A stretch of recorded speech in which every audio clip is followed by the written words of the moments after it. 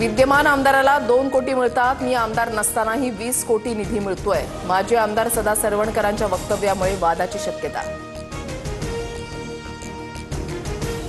मी ब्राह्मण जातीचा, आम्हाला आरक्षण नाही, हे परमेश्वराचा आमच्यावरील सर्वात मोठे उपकार। एखादा माणूस जातीमुळे नाही तर कर्तृत्वाने मोठा होतो, नितीन गडकरींचं विधान।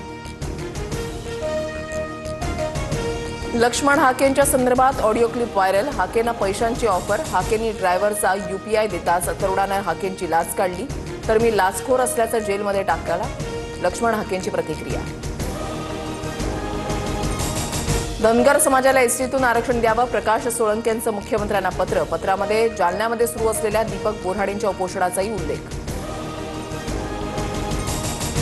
कुणबी समाजाचा 9 ऑक्टोबरला एल्गार मोर्चा। हैदराबाद गॅझेटच्या जीआर विरोधात कुणबी समाज आक्रमक। मोर्चाला कोकणासह राज्यभरातील कुणबी संघटनांचा पाठिंबा। पंतप्रधान मोदींच्या 75व्या वाढदिवसाच्या निमित्तानं भाजपतर्फे नमो युवा रनचं आयोजन।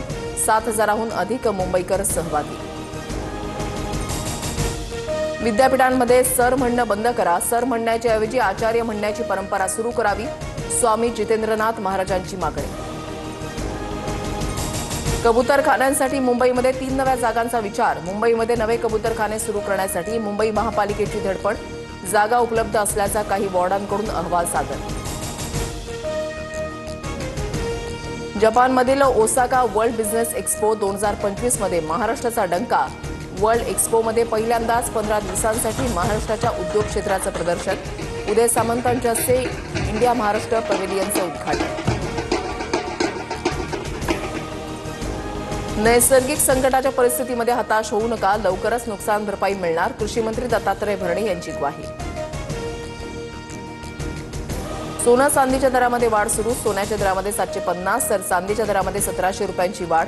सोनं 1,11,450 रुपयांवर तर चांदी 1,31,500 रुपयांवर।